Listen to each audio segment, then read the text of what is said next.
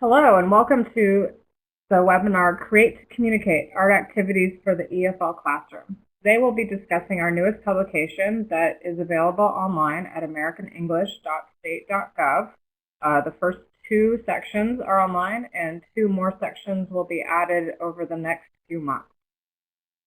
My name is Jackie Gardy and I'm excited to do this presentation for you. I got involved in this project when I first started working at the Office of English Language Programs. I have an art background. I have an associate's degree in fine arts, and I really enjoy art, and I enjoy creating things. In addition, I was a high school teacher, and when I was a high school teacher, I had to teach English as a second language to learners, history and science. And these were very low-level learners, beginners, and false start beginners, and I found that using art activities while teaching them actually improved not only their language learning abilities, but also their understanding of the topic. So for this book, this solely focuses on English language learning, vocabulary and grammar mostly. And it combines language skills with English language vocabulary and topics that are of interest for Access English students and any student that's from maybe kindergarten on to 8th or 9th grade.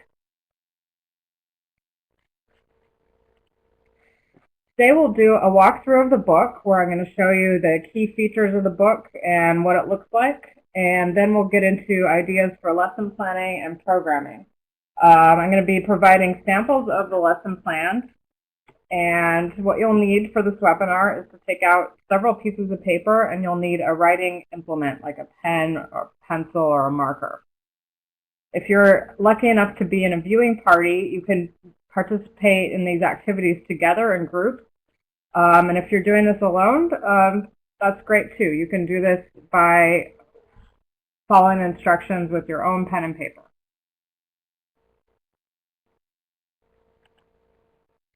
So what is Create to Communicate? Create to Communicate has 22 lesson plans for teachers designed for primary and secondary school students. The book combines English language learning and the use of art activities for hands-on learning experiences. Each activity has a focus on grammar, vocabulary, and academic skills. There are 4 types of art activities: drawing, collage, sculpture, and mixed media. They all contain comprehensive instructions for how to teach using each medium. There are full-color lesson plans designed to be used independently rather than sequentially. So you don't have to use this book from start to finish. You can go through the table of contents, which I'll show on the next slide, and pick what works for you in terms of what you're teaching today, what you're teaching grammar-wise or vocabulary-wise, and based on skill level. The language objectives and suggested skill levels accompany each lesson plan, so it's very easy for teachers to see what you need for the lesson. And this is ideal for low resource settings, so you don't need access to lots of craft supplies. All of the activities in this book can be done with very few resources, and we've also listed adaptations, modifications, and additions to best suit the resources available and the needs of your students. One of the best things about this book is that it's spiral bound for easy photocopying, and worksheets for students are available at the end of each lesson plan. You can see here, this is a model of the table of contents for drawing. Each lesson is categorized with information on the grammar target, vocabulary, and the vocabulary the learners will be exposed to, academic skills based on Bloom's taxonomy, and a loose guide to proficiency level. I'm saying loose guide because every proficiency level is different depending on your context. So what you might think is a beginning level might be more advanced for your particular group of students and vice versa. So we tried to loosely base this on TESOL standards of proficiency levels. but you'll have to look at each lesson plan individually to see what modifications you might need to make, whether you need to make it more advanced or less advanced, depending on your students in the lesson. On the left-hand side of this slide, you'll see that this is what the cover looks like for the book. One of my favorite features in this book and the most fun to create was the full-color glossary. Even if you don't have an art background, this glossary covers many key terms for art. This can be helpful for you, the teachers, and for the students.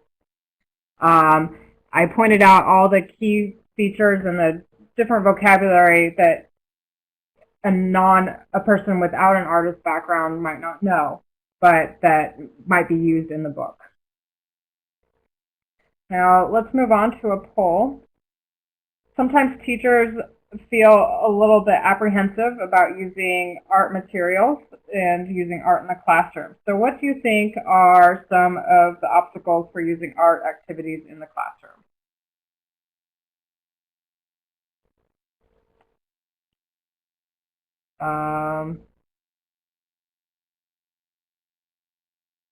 Great.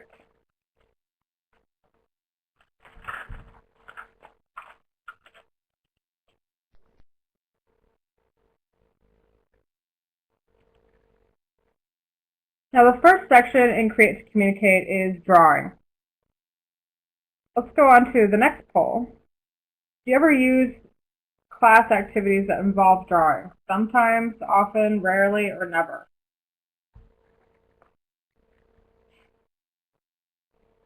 Okay, some of you say sometimes, some of you say rarely or never. Well, hopefully after you watch this webinar and look through the book, you'll have a little bit more confidence in using drawing. Drawing is a great way to enhance language learning and understanding of topics. It's also something that students really enjoy doing.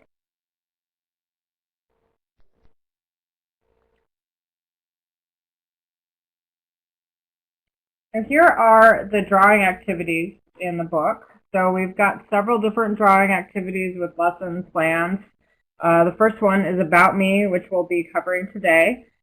And that's an autobiographical poem with present tense to be. And the art activity is a self-portrait, and it's on page 13. So you'll see this table of contents in front of each section of the art book. The other lessons are on transportation, travel, outer space, shapes and symbols, and dreams. And there's different language foci. The language that we have here goes from beginning to maybe high intermediate. There's postcard writing, fluency development, information gap activities, and collaborative story writing. Sounds like fun, right? Let's get started. Now for this webinar, I'm going to be showing you the front page of each lesson plan to show you what the lesson plan looks like, and we'll be doing a small activity from each lesson. We won't be doing the entire activity because each activity in a classroom environment will take about an hour, maybe a little bit more. For this activity, it's called I Spy Ink Blot. If you were to use this lesson plan in class, you would need paper and pencils, and optional, you might want to consider having paint, crayons, colored pencils, or markers. We advise you to practice making an ink blot with your available materials before doing the activity with students. And some art options for this activity are paper, pencils, any medium that absorbs into paper and can be used to create an ink blot. So maybe coffee, tea, juice, or paint, and you could put the ink blots on newspaper, cloth, or paper towels. You want to consider cleanup, so you might not want to go into food products unless you've got a way to clean up the food products afterwards. A colleague of mine at the State Department suggested that soy sauce packets would be a good material to use for this activity as well. So if you have access to those, you could use those, or packets of mustard or ketchup that you can find. Now here's a hands-on activity for you, the audience. If you look at the picture here, there's a lot happening. How many things do you see in this image? You could count the amount of things that you see in the image, or you could tell me what you see in the image using the phrase I spy. So for example, I spy an orange building with 9 blue windows.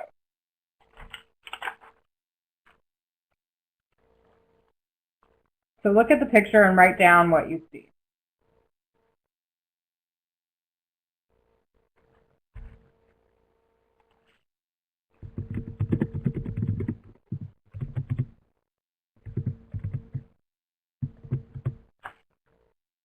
Great. Looks like you spy a sailboat, a blue car,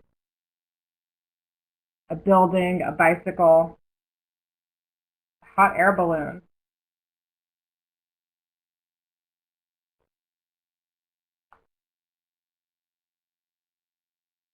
an airplane in the sky. Good.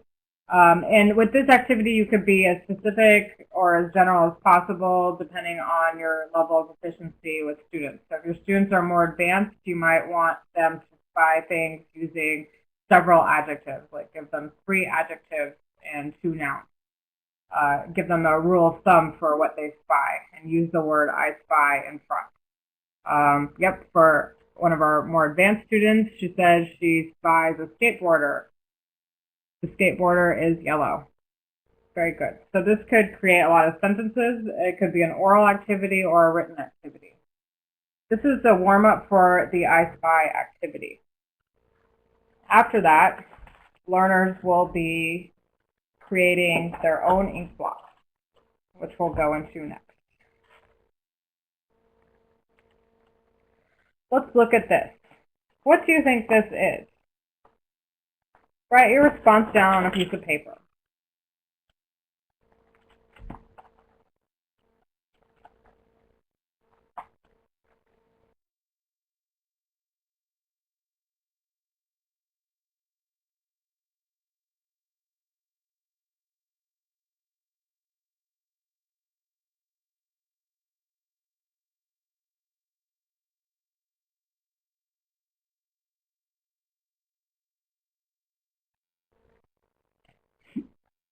You spy frogs with wings, fairy princess frogs. Okay, I see a frog. Yeah, I definitely see a frog.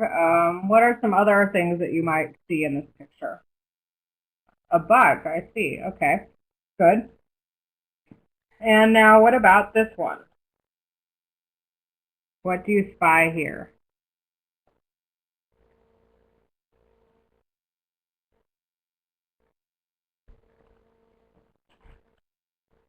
Write down your response on a piece of paper.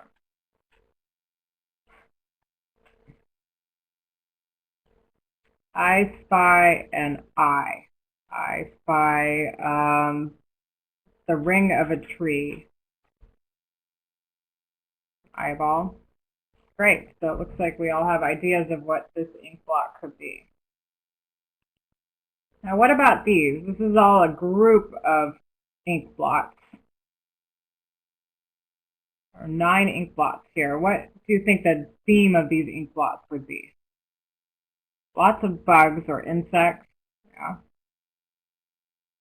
I think the one on the middle right particularly looks like a moth or a butterfly of some sort. And the one on the top left also looks to me like a butterfly. Dragonflies or winged insects, yes. So there's some good ideas of what all of these things could be. Now these slides demonstrate what ink blots look like. But for the activity you would do in class, students and groups would create ink blots from some type of liquid, coffee, juice, or soy sauce, and have partners guess what they think the ink blots look like using the descriptive adjectives. This is a beginner level activity. It doesn't require a whole lot of language learning ability. You can make this more difficult by making sure that the ink blots, the descriptions of the ink blots are more advanced, that they use more adjectives or nouns to describe what the ink blots are. This is an activity that can be very quick. You could do this as a warm-up to something else. or you can make it more of an extension. In the book, we offer an extension activity where after playing the I Spy game, students transform their ink blots into animals, monsters, or insects by drawing body parts such as legs, arms, eyes, mouth, noses, or ears on the ink blot. Once completed, the students develop a character for their ink blot, animal, monster, or insect, and then they describe what their animal, monster, or insect likes to do or eat, what makes him or her happy, angry, or sad, and so on. Students can work in groups and use their creature to create or act out a story. So as you can see, there's a lot of different ideas of what you could do to advance this lesson plan. For our next lesson plan, we're going to do About Me, which is actually the first lesson plan in the book. This activity, students create an autobiographical poem, and they also draw a self-portrait of themselves. For the activity, it's a beginner-level activity, and students will need mirrors, paper, and pencils. Other optional materials would be sticky notes, crayons, markers, or colored pencils. You can do this activity without mirrors. Most people know what they look like, so making a self-portrait of oneself shouldn't be too difficult, but a mirror could help with their art ability. So now you're going to do this yourself. On your piece of paper, draw a stick figure picture of yourself in 1 minute. Your stick figure could look like the examples here or here. You have 1 minute to create a picture of yourself.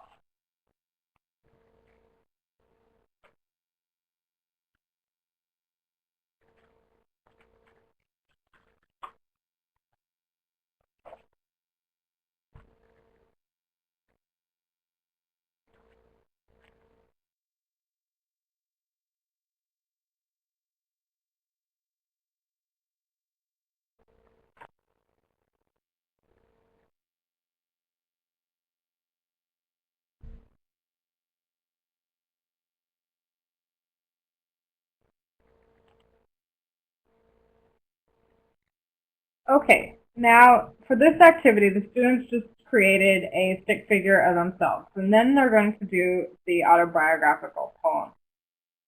So this is the instructions for the autobiography poem, where you would write 4 traits that describe yourself. For example, kind, honest, playful, or serious. List down 3 things, people, or ideas or places that you like.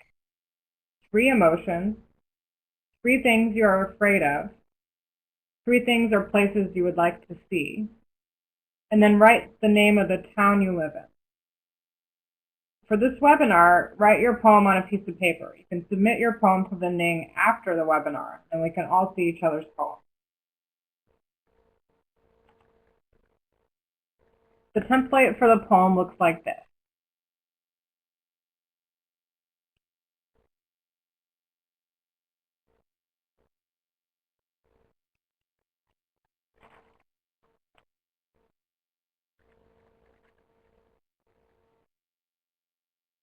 And we'll post this template up on the Ning for you to see, and then please respond to the posting with your own poem. Okay, let's go on to the next activity. So our next unit is collage. Collage is the act of putting different things together, generally using glue and scissors. Let's move on to the poll. Do you ever do activities in class involving collage? Sometimes, often, rarely, never.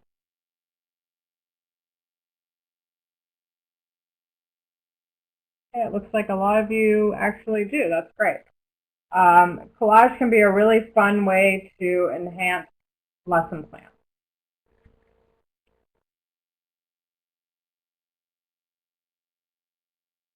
In this section, you'll see that the themes for the lesson plans are neighborhoods, spaces, earth, jackets, and shelters.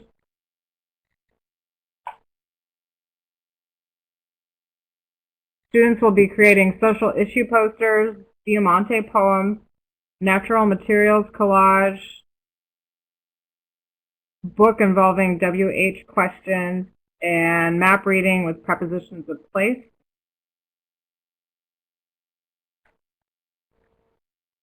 So for this one, neighborhoods, it's important to me. This is a social issue poster and poster presentation using Will for the future. This is a more intermediate or advanced level lesson plan. You can always adapt it to be a little bit simpler. But for this activity, what you would need is paper and any collage materials available. And I'll show you examples of what One Access Camp used for this activity. Teachers in advance would need to find posters to use as examples in part one. So you would want to gather and collect collage materials for the students to use and ask students and other teachers to donate materials such as old magazines, recycled paper, or scraps of fabric. If you're going to be doing a lot of art activities in your classroom, this might be something you want to think about doing anyways.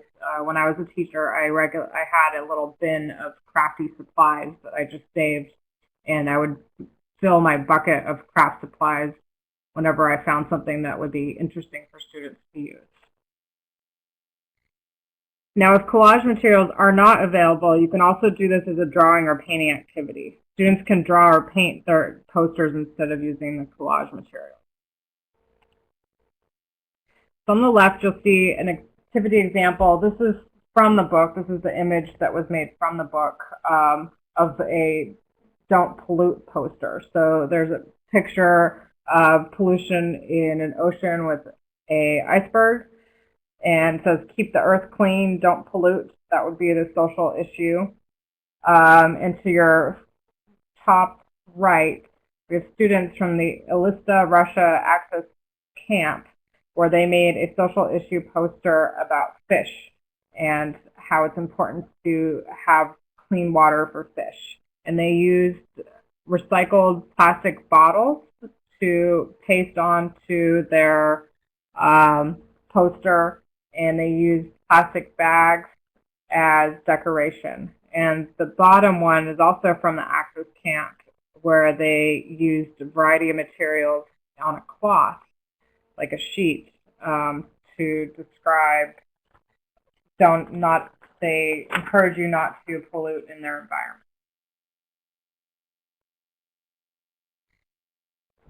Now, after the students finish this, what they're going to do is they're going to discuss their posters and do a mini campaign in class using the construction Will for the future.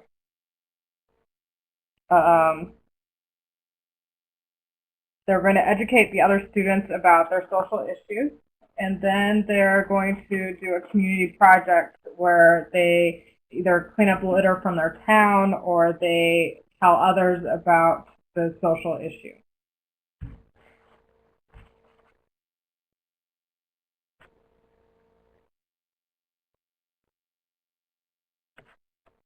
For our next unit, sculpture, this is actually my favorite unit in the book. I thought that this one was the most fun, and this is also the one that I spent time on when I was in Russia this past week. Now, do you do sculpture? Let's put up the poll and see.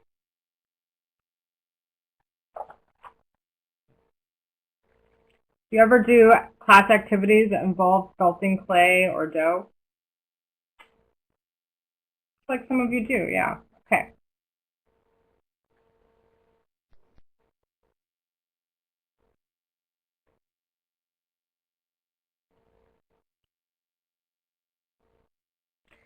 And here in this section, there are several topics: food, sea life, imaginary characters, and objects. Students will be learning how to construct questions using descriptive adjectives, comparatives and superlatives, present progressive, and quantifiers. Lots of different art activities are found in this section. There's food sculptures, fish mobiles, wire people sculptures, robot sculptures, and recycled magazine bowls.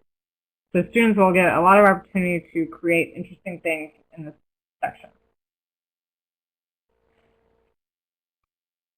For this lesson, food, it's called Yummy Yummy, and this is a guessing game using yes/no questions and adjectives. The students will ask questions and respond with answers in a food guessing game, and will use descriptive adjectives in an information gap activity. This is meant for beginner or low intermediate students. The materials necessary are sculpting dough, pencils, paper, and tape. Now with sculpting dough, I'll talk about that in a few slides. If you don't have access to sculpting dough, we have some recipes that you can create sculpting dough with. Other things that you might want to consider having for this lesson plan are markers, crayons, colored pencils, or images or samples of fruits and vegetables.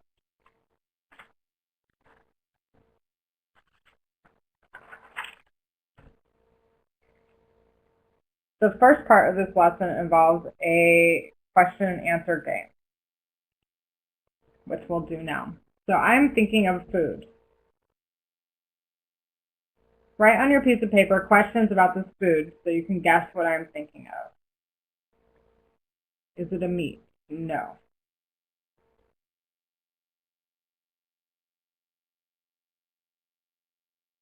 Is it a vegetable? No. Is it a fruit? Yes, it is a fruit. It is not red.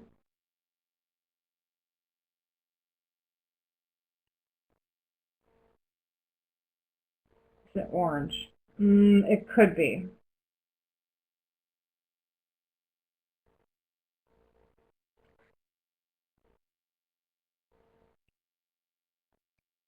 Does it have seeds? No, it does not have seeds.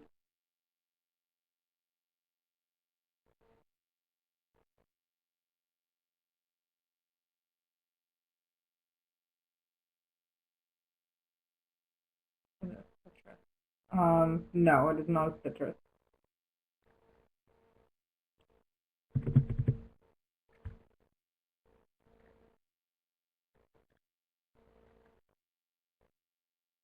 To the pineapple. Well, yes, it is a pineapple. Ding, ding, ding. There is your pineapple. So a pineapple can be orange or brown on the outside and yellow on the inside. And it has a green stalk. It's grown in a bush. Who here likes pineapple? Raise your hand if you like pineapple.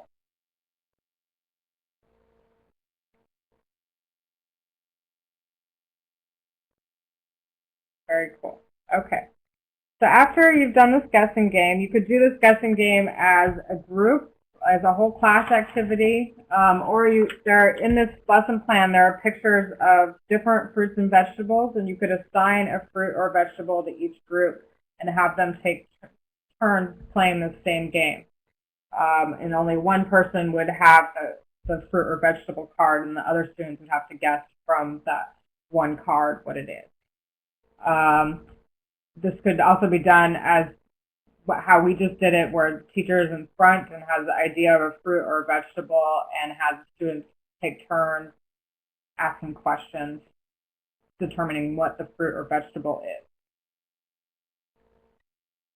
Another way you could do this is you could tape pictures of the fruit or vegetable on each student's back, and then only certain people would see what that fruit or vegetable is, and then the person that has it on their back would have to guess what the item is. Now the next part of this activity, you would break your students up into small groups. You would use the fruit and vegetable note cards from the activity we just had, or assign a fruit or vegetable to each group, maybe a different one.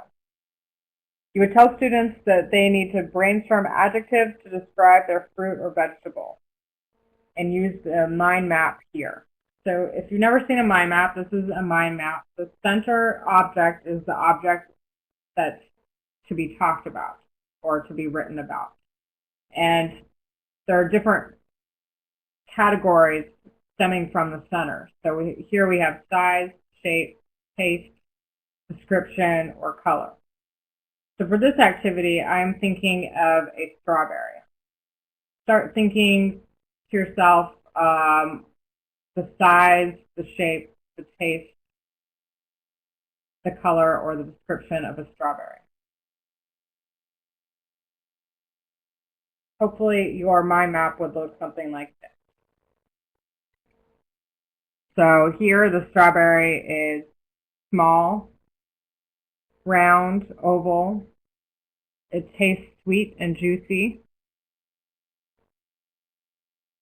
You could describe it as small and round and red with black seeds. Color is green or pink or red. Yeah, very good. Now after this, your students would then do an information gap drawing activity. So so they would make their mind map, and then you would give them sculpting dough, so they would create their own fruit or vegetable, maybe a different one from the one that we just discussed or the same one, and they would create a sculpture based on their fruit or vegetables that they chose. After they've done this, you can do an information gap drawing activity with their sculptures and in pairs. And then the next part of the activity would be a human graph activity. So you would make signs, love it, like it, it's okay, don't like it, or hate it, and review what each sign means with the students. You would tape the signs in 5 different locations around the room, and then tell students that when you hold up a fruit or vegetable sculpture, they must walk to the sign that expresses how they feel about that fruit or vegetable. You could take turns doing multiple fruits or vegetables, or maybe just one, depending on the time limit that you have. As a last activity for this, we'll go on to the alphabet food poem. Now this is something that you might do on the board in your classroom, but for this webinar we're going to be doing it as a chat box activity. Let's move on to that.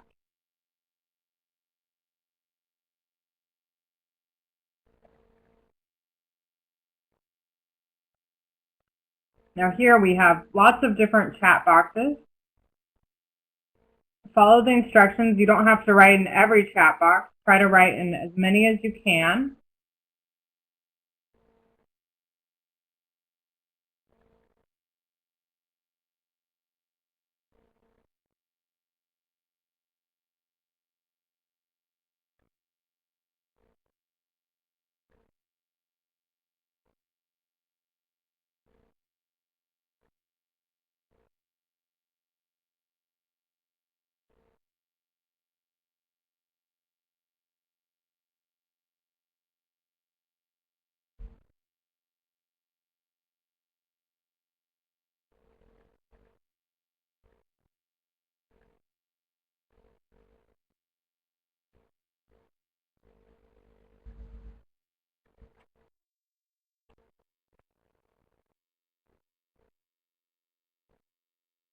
Okay?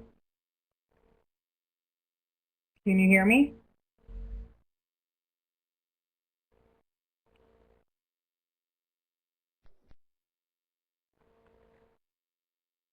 Great. So this activity could be done in pairs, groups, or together as to complete the poem. And then you could post these poems around the room or on your door, depending on your classroom logistics and whether you have your own classroom or if you're sharing it. So there's a lot that you can do with just these sculptures in this lesson plan. Let's go on to the next part.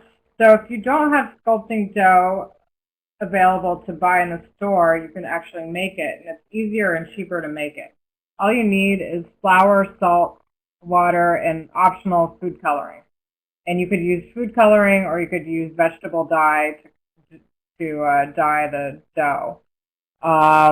There's two different recipes here. I think the first one is a little bit easier to make, and this is something that you would need to do in advance.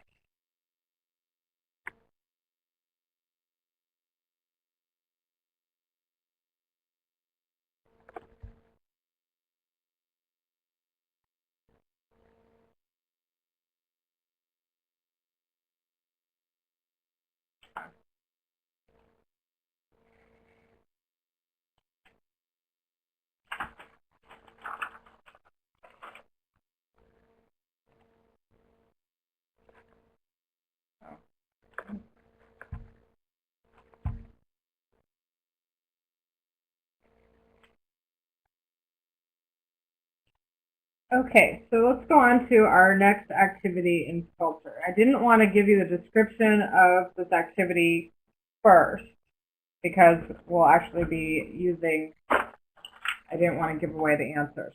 So look at these two images. What do you think they are? Write down your ideas on your piece of paper.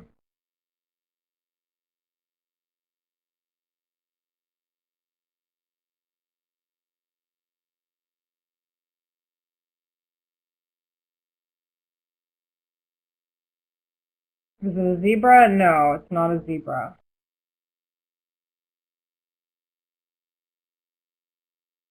Is it a cheetah? No, it's not a cheetah either. What else could these two pictures be?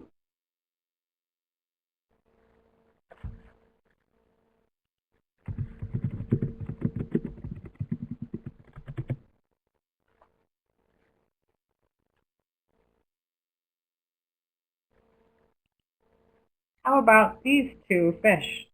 Is this what you guessed?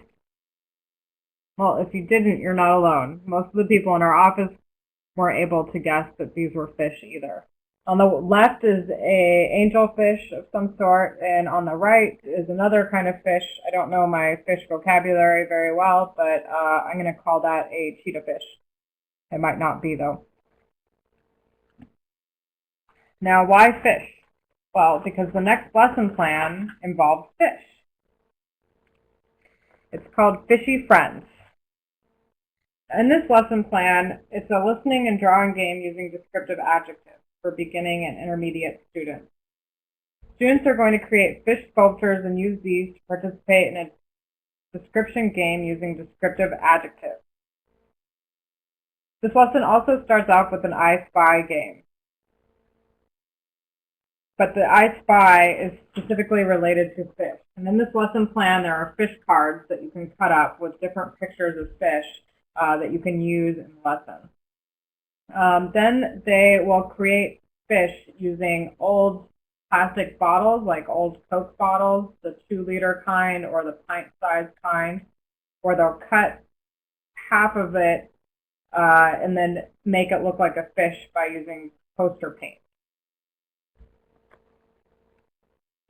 There's a second part in this lesson, which is Sea Life Part 2, and this is where students will make a mobile sculpture.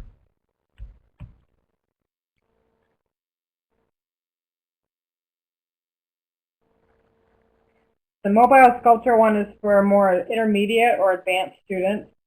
You'd need paper plates, papers, pencils, wire coat hangers, flexible wire, string, glue, tape, and fish images. So it looks like you need a lot of supplies, but you actually won't need that many supplies. If you can't find paper plates or any of these things, there are plenty of modifications so you can still do the activity without having many resources. This one also starts off with the I Spy group guessing activity, where they see an image of fish, like this. So look at the image here and see if you see all the images. I believe there are about 18 images in this picture. Can you write down all of the things that you see? A whale, a shark, an eel, A shell. A shell is not an animal, but it is a thing.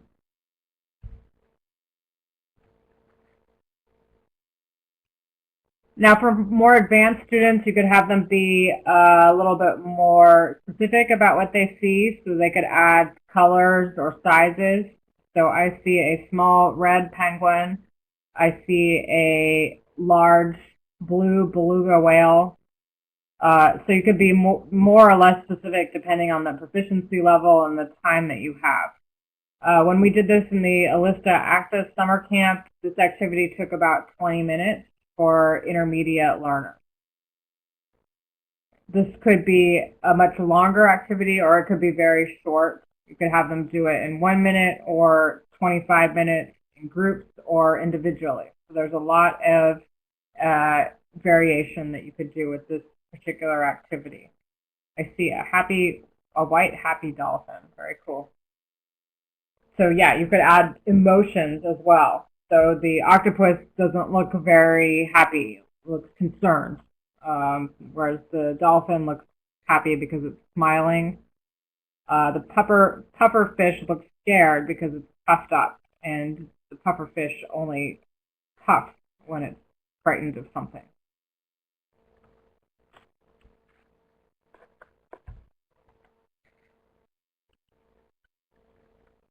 Next, we have another activity for you. Take out a piece of paper and draw the fish that I'm about to describe. The fish has a long rectangular body. The fish has a yellow body. The fish has a short yellow tail fin. The fish has a long pointy mouth that is black. The fish has a small black eye. The fish has a white stripe underneath its eye.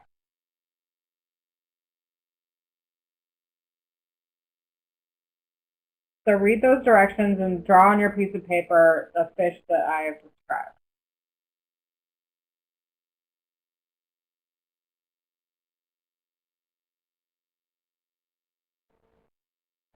Does your fish look like this?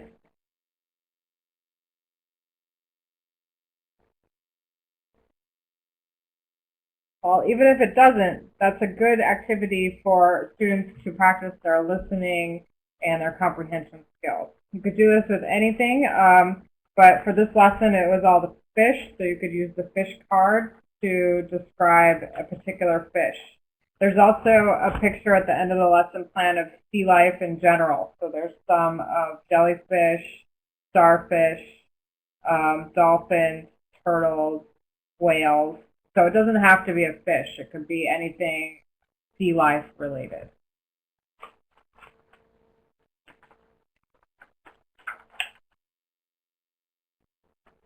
After you do that activity, you'll have students draw a fish, either the fish that's on the fish card or their favorite fish, on a paper plate. Here's some pictures of the activity. This is where I was in Alista, Russia, where the students were making paper plate mobiles of their fish. So you can see at the bottom left picture, they're holding up pictures of their fish after they finished making their mobiles. After they finished making their mobiles, they would start cutting the paper plate into a spiral so that it dangles and shows up as a mobile.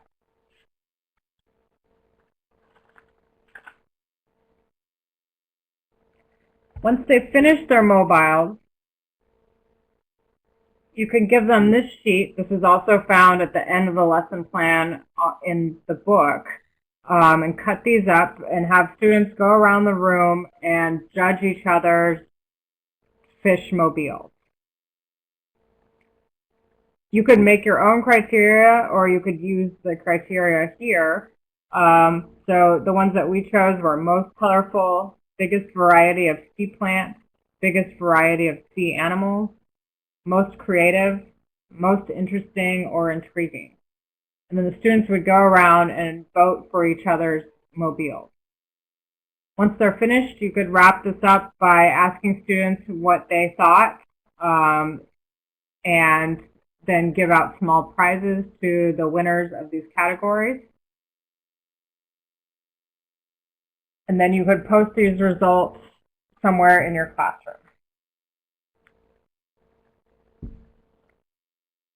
For our last section, Unit 4, is mixed media. Now, mixed media is lots of different types of art. So before we were discussing sculpture, collage, and drawing. Mixed media kind of ties everything together, and it's a hodgepodge of different types of art together. Let's go to the poll. Have you ever used mixed media in a classroom?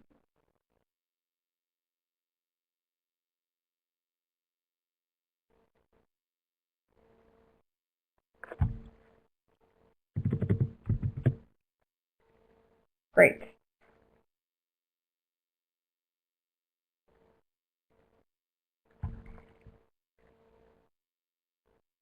Now let's go to the table of contents for mixed media. In mixed media, you'll have different themes here: routines, symbols, chains, life and family, and stories and sequences. The language skills here are comparisons, personal statements and imperatives, chain stories and vocabulary word poems, personal and possessive pronouns, and giving and following instructions using linking adverbials. Lots of different art activities here: dioramas, personal symbol posters, scratchboard drawings, family tree, and accordion books. Some of these you'll find similar to a lot of activities that you would find in ESL textbooks, but these have a more creative interpretation of the activity. So it might be something that you would do on paper.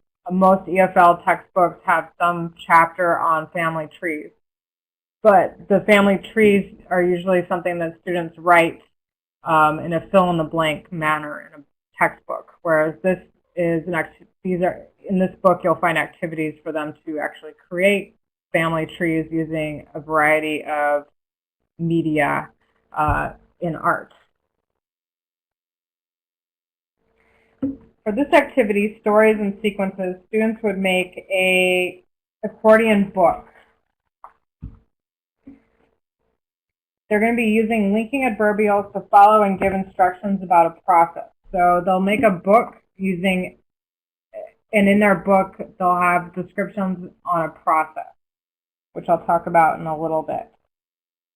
For the activity, it's a solidly intermediate activity. The students would be using recycled cardboard or food or tissue boxes, cardstock, paper, pencils, glue, and scissors. Other optional things would be colored paper or decorative paper, crayons, markers, colored pencils, tempera paints, and paintbrushes.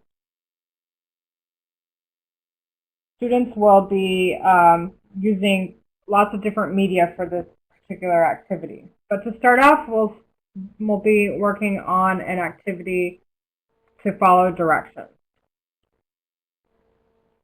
So for you, the participants, take out a piece of blank paper, or the one that you've been working on, doesn't matter. Fold your paper in half lengthwise and then unfold it. Raise your hand when you're finished with this step.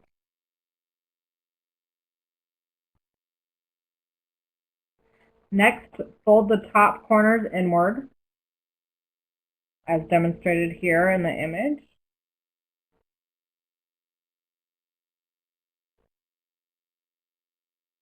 And then once your corners are folded, fold the paper in half. Then take two flat sides and fold them down until they are evenly folded down. Hopefully that makes sense. When you finish that, it should look like this: a paper airplane.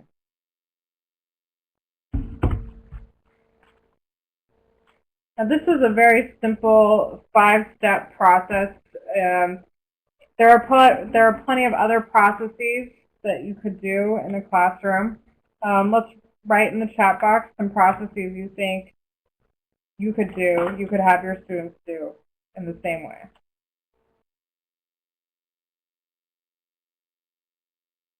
Making a sandwich, building a fire. Well, you might not want a student to build a fire in a classroom. Opening a bank account. Campfire.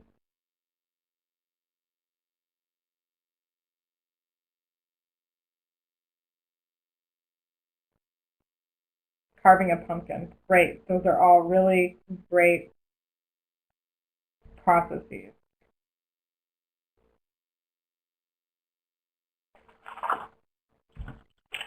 Next, you would tell students to brainstorm 3 topics and then ask 2 other pairs what topic they would like best, and then they would choose a topic. After that, they'll use the internet if they can to learn about the process. So it could be something they know a lot about. Maybe it could be something that they cook every day at home, or something that they do in a classroom, or it could be something that they don't know how to do but would like to learn. And then they could use the internet to find out more if that's available. Then they're going to make an accordion book to write the process on. Some other examples would be how to draw a cartoon character, how to do a card trick, how to make a braid, how to make a stew. Good. And in the lesson plan, it describes how to make the accordion book and step-by-step instructions for that.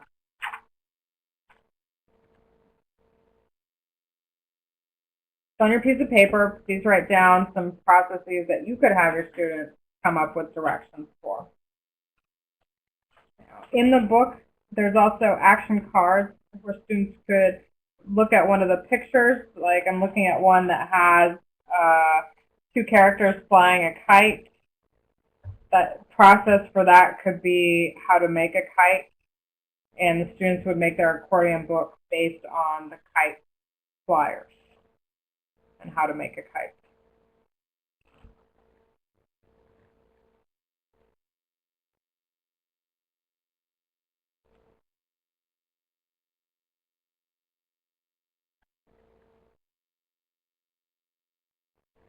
Well, I hope that you enjoyed this webinar and that you got some good ideas on how to use this book effectively in your classroom.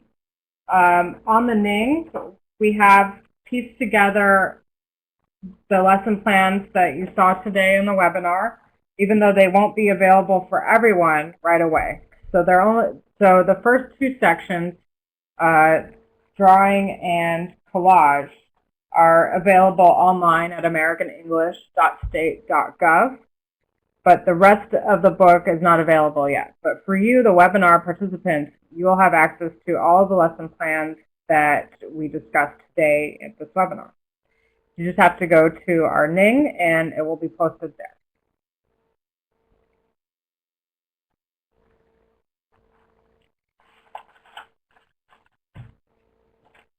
And the other 2 chapters will be available online soon. Also supplementary activities, and there will be an ebook version available for loading onto your Kindle. And all of that will be available on americanenglish.state.gov.